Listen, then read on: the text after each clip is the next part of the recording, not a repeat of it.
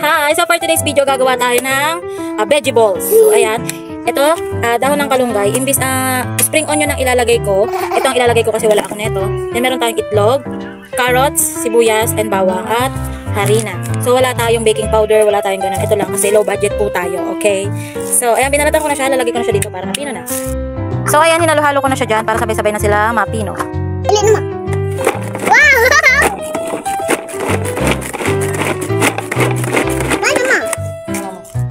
So ayan, okay na ako dito sa pagkadurog nito. Ayan. Ihahalo na natin siya sa, palagyan na natin siya ng harina. Dali na lang. Egg lang.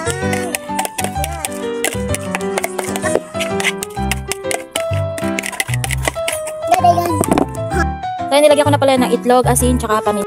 So maglalagay na tayo ng tubig, pakunti-kunti lang. Baka masobrahan natin at hindi natin magawa yung vegetables.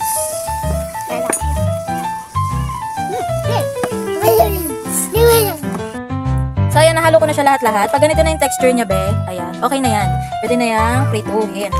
So, abangan. Dahil mainit na ang mantika, tayo magsimula na mag-prito.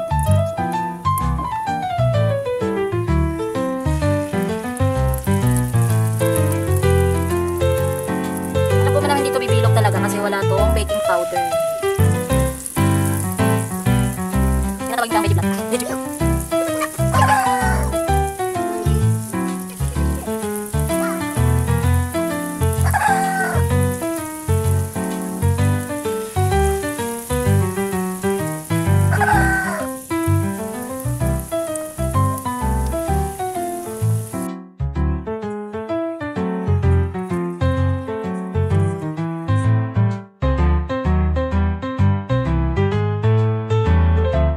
Mana natin.